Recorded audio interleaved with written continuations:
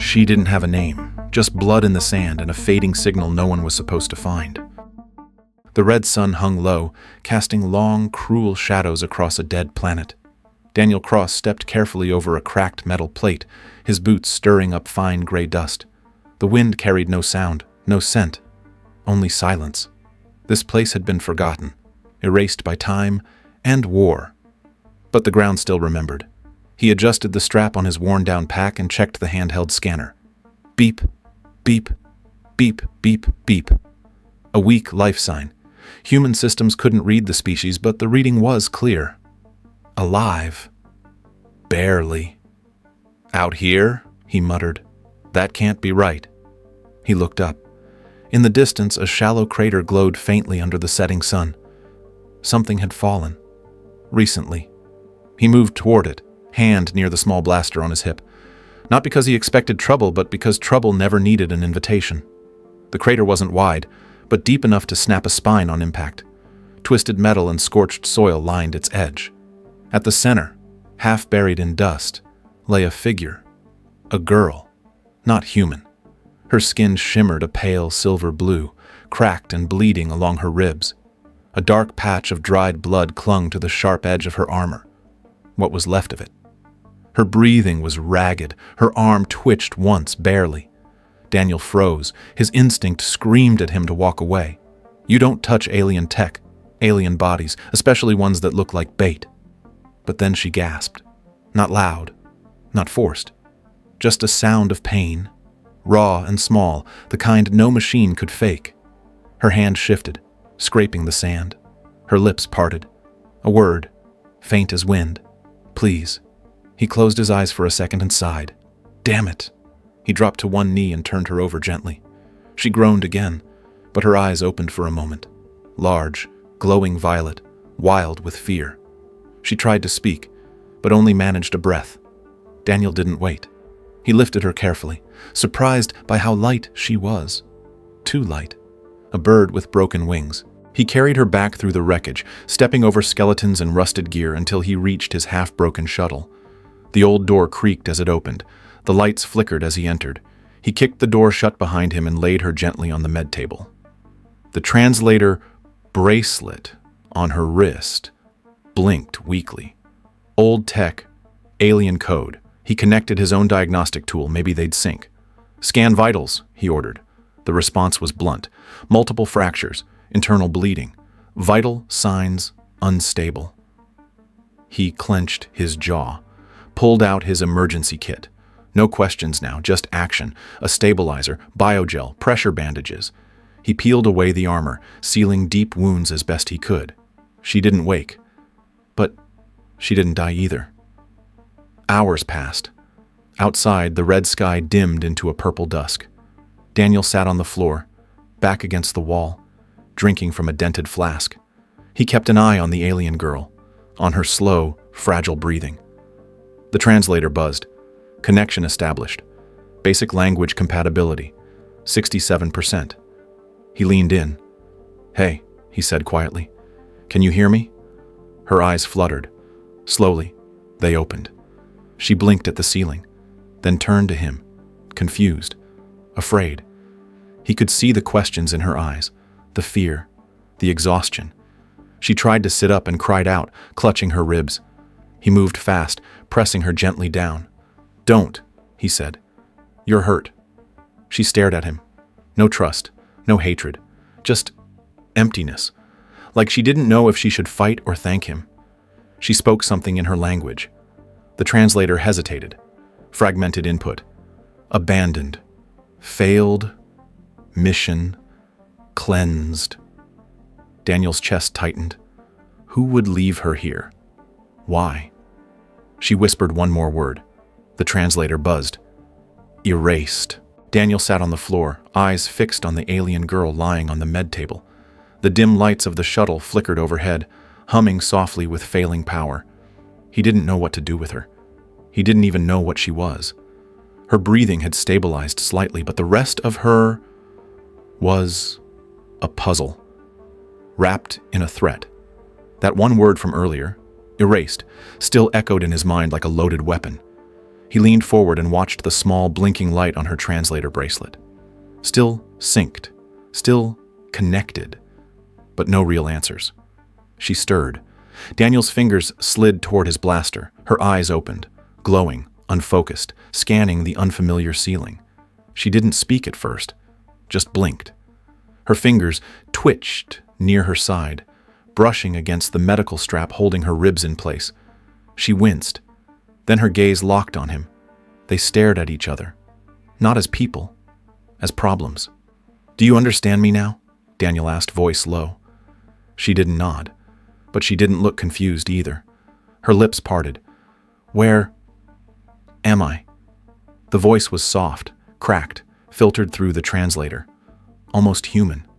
Almost. "You're in my shuttle," Daniel said, watching her carefully. "Middle of nowhere, you crashed. I pulled you out of a crater. You're welcome."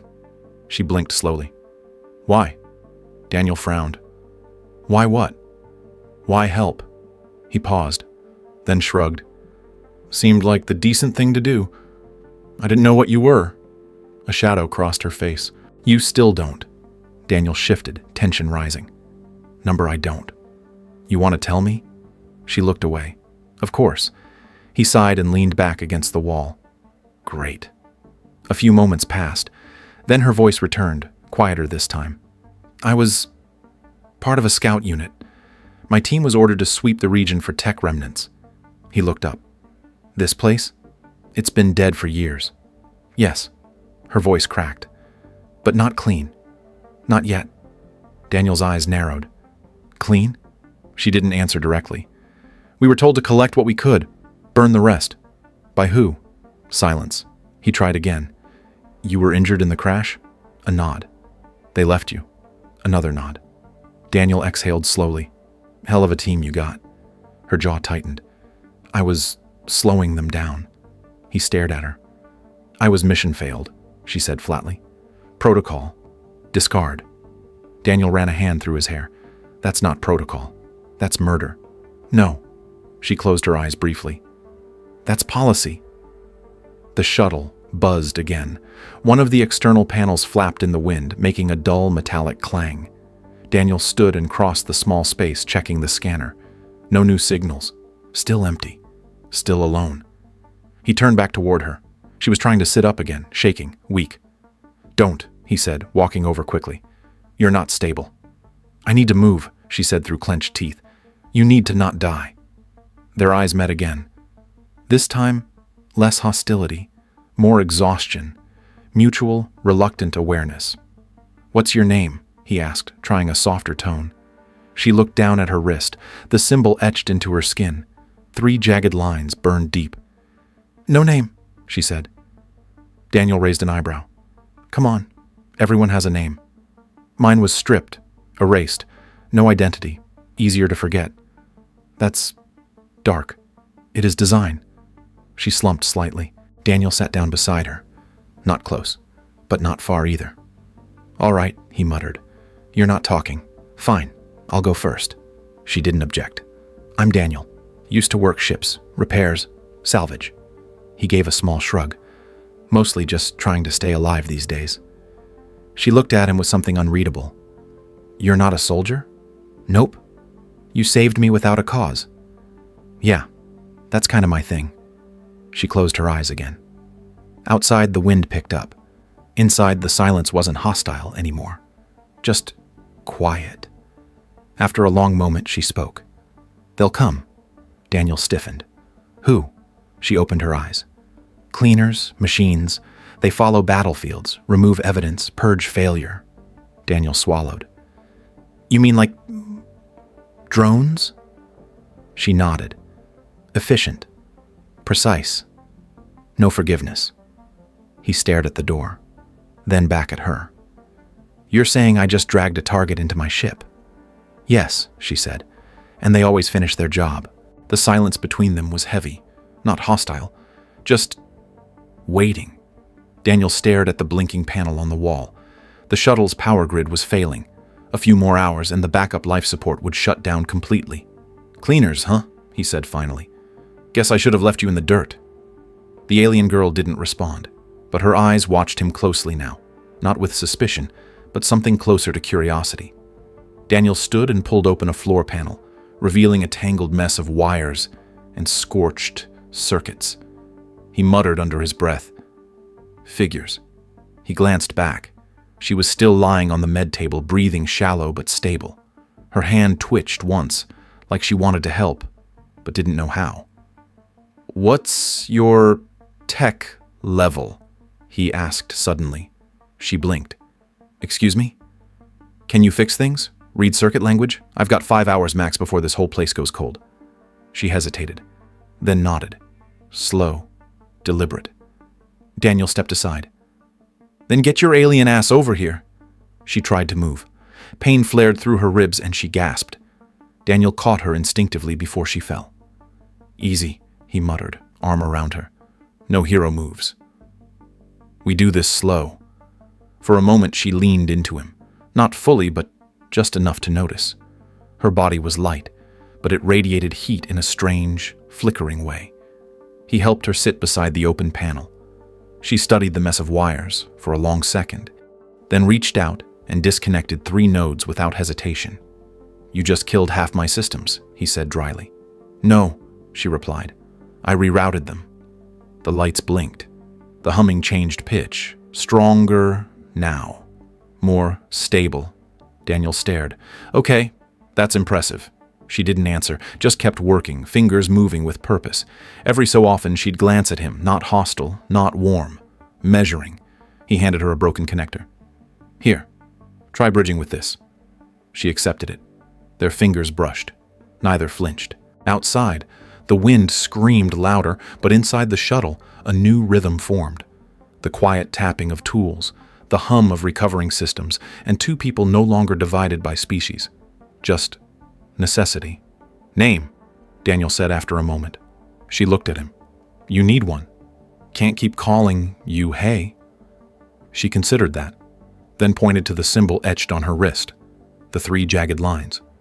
"What does that mean?" he asked. It was rank, role. Now it's just reminder. Daniel nodded. "All right, then I'll pick." She raised an eyebrow. "You?" "Yeah. You saved my ship. That earns naming rights." A long pause. Finally, she whispered, "Fine." He thought for a moment. "How about Aaron?" She repeated it softly. "Aaron." "It fits you," he said. She didn't smile, but she didn't reject it either. Then, as if summoned, the shuttle's scanner beeped, a soft, slow pulse. Daniel moved fast, checking the readout. Multiple heat signatures. Distance closing. Aaron tensed. "Drones," Daniel nodded. "Yeah, but this time we're not completely helpless." She looked at him, truly looked, and said quietly, "Together?"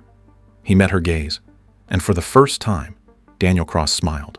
Not bitter, not sarcastic, but real. "Yeah," he said. "Together." The air inside the shuttle was thick with tension, but it wasn't fear anymore.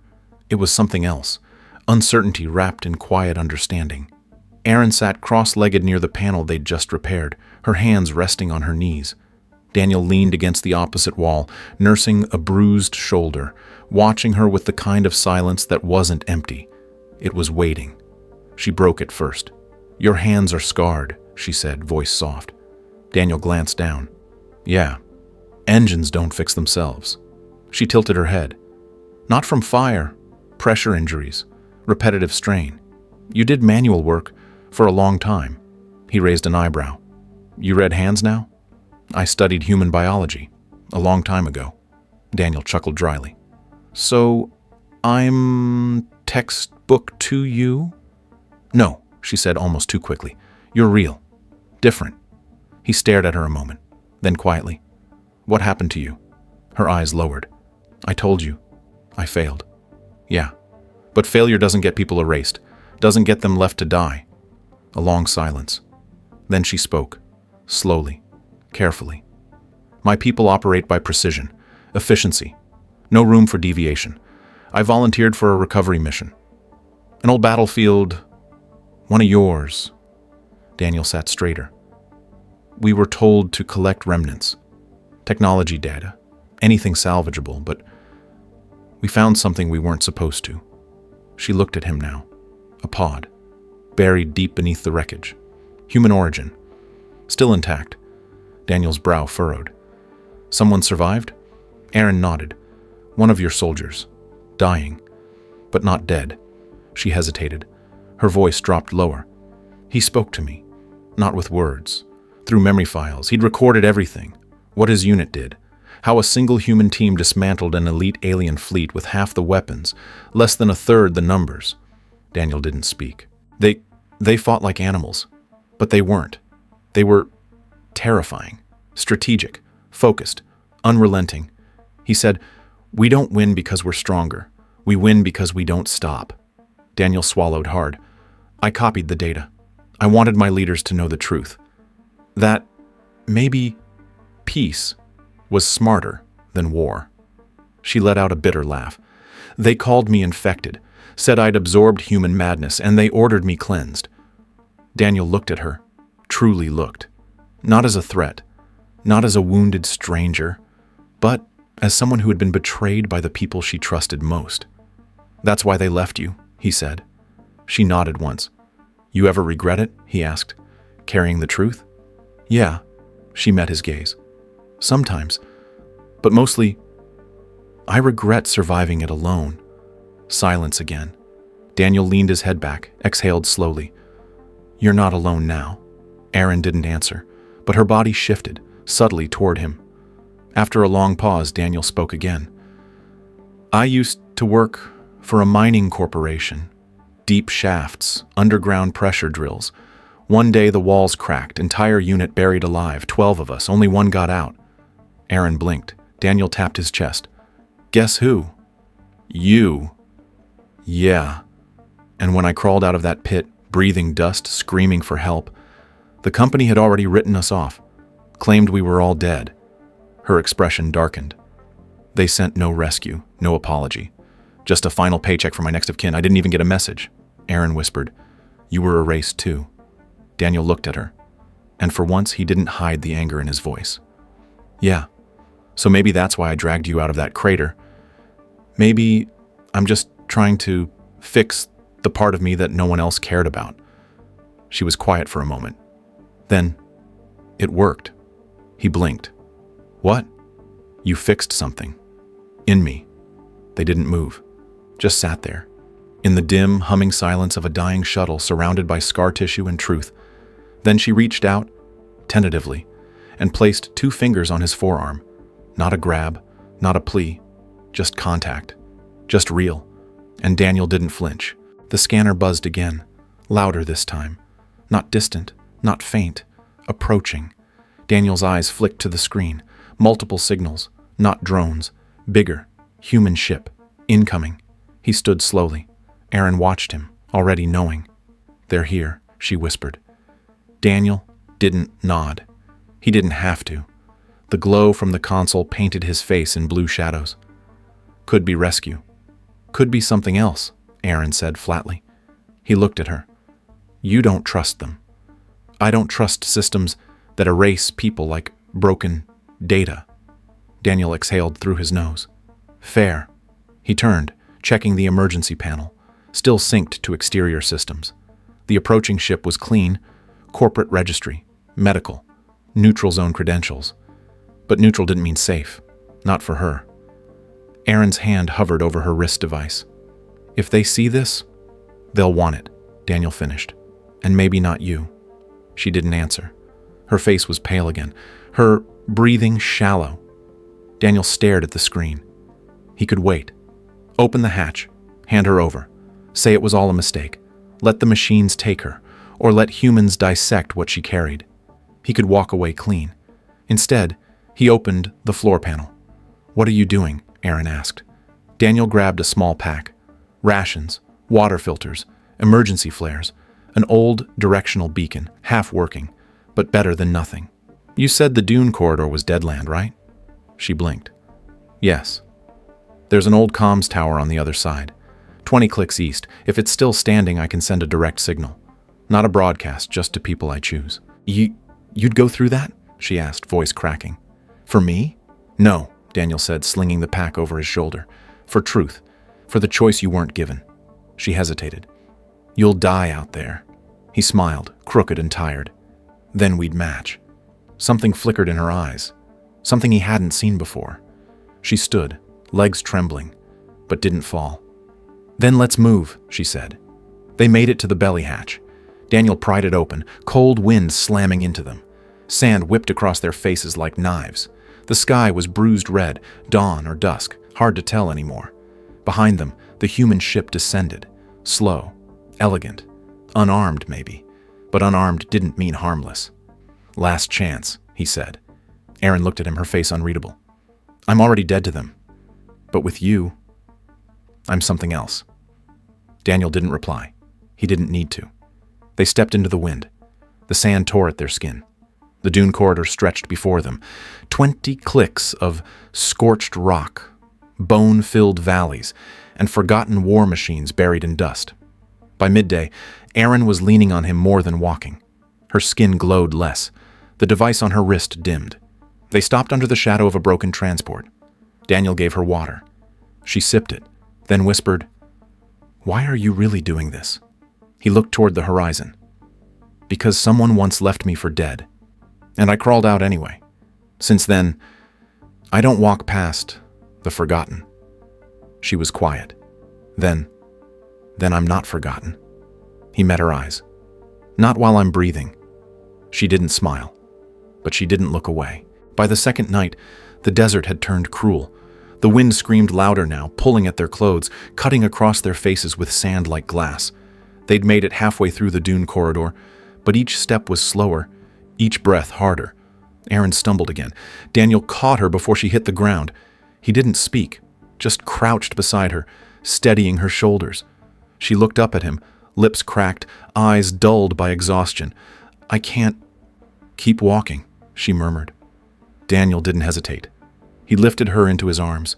She was light, too light, like a fragile construct of bone and breath. The heat of the day had passed, replaced by a bitter cold that bit through fabric and skin. Still, he carried her, step by step, through sand, through silence. "You don't have to," she whispered. "I know," he said. "But why?" "Because I can." No more words, only the sound of boots crunching sand and her slow, shallow breathing against his chest. They reached the remains of an old bridge, a skeletal structure of bent steel and fractured stone. Daniel ducked beneath its shadow and lowered her gently onto a patch of smoother ground. He took off his pack, dug out a thermal blanket, wrapped it around her. She didn't speak. She was shivering. Daniel sat beside her, watching the stars begin to pierce the sky, cold, distant, silent. Erin's voice came soft. "They always look the same." "What?" "The stars.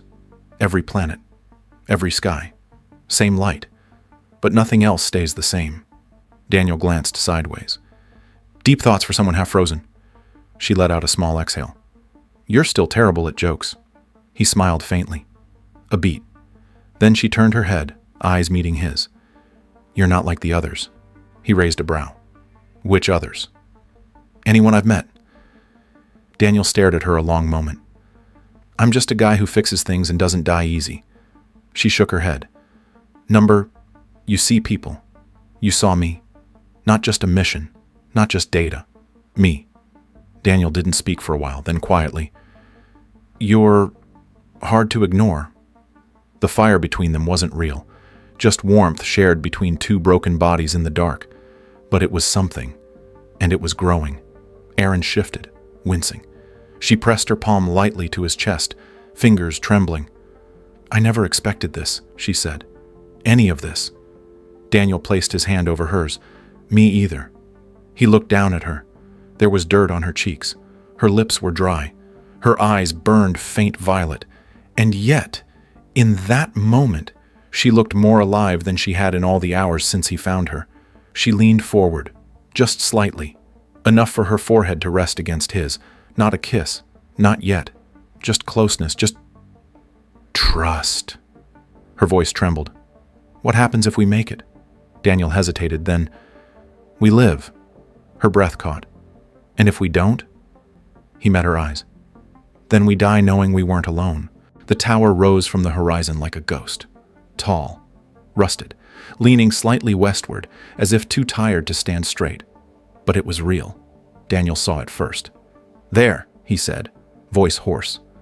Aaron blinked slowly, her body trembling against his side. "We made it?" "Almost," he said. "Just one more hill." But even that last hill felt like a mountain. Daniel's legs burned. His arm ached from holding her weight. Aaron hadn't spoken in nearly an hour. The light on her wrist device had dimmed to a faint pulse, like a dying heartbeat. By the time they reached the base of the tower, Daniel was barely on his feet. He kicked open the rusty door. It groaned, then gave way. Dust exploded into the air. The smell inside was old metal, burnt wires, and stillness. He lowered Aaron onto the floor gently. Her breathing was shallow. Her skin was cold. Daniel stumbled toward the control panel. Dead. No power. No, no, no! He ripped open the access port, pulled the old wires apart, reached into his pack and slammed a power cell into the main slot. Nothing. Then, a soft vibration, a flicker of green light. System rebooting. "Please wait." He looked over his shoulder. Aaron hadn't moved. "Hold on," he whispered. The console blinked to life. Outdated, sluggish, but alive. He initiated a low-frequency tight beam transmission. One signal, one direction, encryption manual. The machine whirred. Outside, thunder cracked. But it wasn't thunder. It was engines. Daniel froze. Another ship? Number closer. Faster. Drones. Aaron stirred. Her eyes fluttered open, unfocused. "Daniel? I'm here." Her voice was barely audible. "It's waking up." He turned. The device on her wrist was glowing now. Rapid pulses. Symbols moving too fast to read. "What is it doing?" She swallowed hard. "Proximity trigger. If the signal reaches range, it activates." Daniel's mind raced. "Activates what?" "Not just memory. The truth. All of it." He stared at her. "As in, transmits?" "Yes." "To who?" "Everyone." A chill ran down his spine. The system pinged. "Transmission link established." Aaron whispered, "It's ready." Daniel looked out the cracked window. The shadows were moving. Time was running out. The shadows outside moved faster. Daniel ducked from the window and grabbed his weapon. The transmission link was active. The truth was moments from being unleashed. But death had arrived first. The drone landed hard on the roof, metal groaning above them. Aaron tried to sit up but gasped, clutching her side. The device on her wrist pulsed red. Urgent. "They've found us," she whispered. Daniel moved fast, yanking the old jammer from his bag. He slammed the activation switch. Blue light burst from the device. Temporary sensor scramble. "1 minute," Aaron said, her voice shaking. "Then let's make it count." The door slammed open. A figure stepped inside, taller than a man, armor black and slick with rain and dust. Not a drone. Worse. A shadow. From her past. "Aaron," the voice rasped, synthetic, cruel. "You should have died in that crater." Daniel didn't wait. He fired. The bolt hit center mass but barely staggered the intruder. The figure raised an arm and launched an energy spike. It struck Daniel in the shoulder, burning, sharp. He screamed and dropped his weapon. Aaron cried out, "No!" The figure advanced, blade unfolding from its wrist. "You're carrying a disease!" it hissed. "Human corruption!" Daniel pushed himself up, blood soaking his shirt. "She's not a threat," he growled. "She's the truth." "No difference." The blade slashed. Daniel ducked, grabbed a broken pipe, and struck back. The metal cracked armor, sparks flying. The enemy stumbled. For a second. Then it lunged again, faster. Aaron forced herself to her feet, shaking. Her wrist device now blazed. "Leave him!" the attacker roared, but she didn't. She moved. With the last of her strength, Aaron slammed her hand onto the panel beside the beacon. The console lit up. Transmission. 98%. The attacker froze. "No!" It turned toward her. Daniel tackled it from behind. They fell together, crashing against the floor. The blade slashed across Daniel's ribs. He cried out again but didn't let go. "Run!" he shouted. Aaron didn't run. She crawled. To the beacon. The panel blinked. 99%. The attacker kicked Daniel off, rose, raised the blade, ready to strike Aaron down. Then, a flash. A surge of violet light from her wrist. The attacker screamed, convulsing, armor cracking under the pulse. Daniel lunged. He rammed the pipe straight through its chest. The figure staggered, then collapsed. Silence. Daniel dropped beside her, blood dripping from his mouth. He could barely see. "Are you—" "I'm here," she whispered, but barely. Her device blinked. "Upload! Final confirmation required." Aaron looked at the screen, then at Daniel. Tears welled in her eyes. "If I confirm, it will kill me." Daniel touched her hand, voice raw. "Then I'll hold you until it's done." She stared at him, face pale, body broken, and smiled. She pressed yes. Light exploded, not fire, not energy, something more, a wave of truth.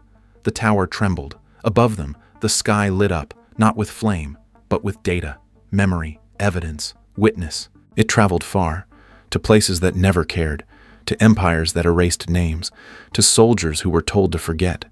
The transmission was no longer a secret. It was a reckoning. As the light faded, Daniel held her close. Her eyes closed. Her breathing stopped. "Aaron," he whispered. No response. He tightened his arms, shaking. "You weren't forgotten," he said. Then, a spark, a pulse. The device on her wrist blinked one last time, then turned blue. Her fingers twitched. Eyes opened. Faint, but alive. "Still here?" she rasped. Daniel laughed, through blood, through tears. "You stubborn alien girl." The sky was still glowing when the human ship descended. Not military, not corporate, medical. Its lights swept over the ruined tower, over the broken ground and the bodies that didn't rise. Daniel stood just outside the main hatch, swaying. Blood dried on his face, holding Aaron in his arms. The first person to step out was a woman in a gray uniform, her hands raised. "We received the signal," she said through a soft speaker. "You're not under arrest. You're under protection." Daniel didn't lower his guard. "Swear it." The woman hesitated, then placed a hand over her heart. "By the Galactic Accord, no harm will come to her. Not from us." Only then did Daniel let go of the tension in his shoulders. The medics rushed forward, gently lifting Aaron onto a stretcher. She was barely conscious, but alive. Alive. Daniel followed, limping but upright. As the doors closed behind them, the captain stepped beside him. We confirmed the broadcast," she said. "The data is real, untouched." Daniel didn't answer. "Your names are spreading," she added, "across systems." He looked at her, eyes tired. "As what? Heroes?" The woman smiled faintly. "To some. To others, troublemakers." He chuckled. "That sounds about right." 2 days later, the station orbited a neutral planet, far from any major conflict zone. Inside the infirmary, Aaron sat upright for the first time. Her skin had regained its soft glow. The device on her wrist was dormant now, its mission complete. Through the window, Earth shimmered in the distance. Daniel entered with a slight limp and 2 steaming cups. He handed one to her without a word. "Doctor says you'll live," he said. Aaron took the cup. "The real question is, how?" Daniel tilted his head. She looked at him, eyes softer than before. "I have no people, no planet, just you. Where do I belong now?" He sat beside her, elbows on knees. "Right here, with us, the ones who bleed for the truth." She didn't speak. She just reached for his hand. This time, he didn't let go. Across the stars, the transmission was still spreading. Some governments panicked. Some denied. Others began to hope. And in every system that received the signal, one image remained unchanged. A girl with violet eyes, silver blue skin, and a brand once meant to erase her. Now reborn. Now remembered. Now the face of truth. The hall was vast. High ceilings. Cold lights. A silence too heavy to be natural. Aaron stood at the center of the Galactic Council chamber. alone, but not afraid. Behind her, Daniel watched, arm still in a sling, but his eyes steady. He didn't speak. He didn't need to, because this was her moment. The council members looked down from their elevated seats, dozens of species, cultures, voices once powerful enough to erase entire histories with a single vote. But not today.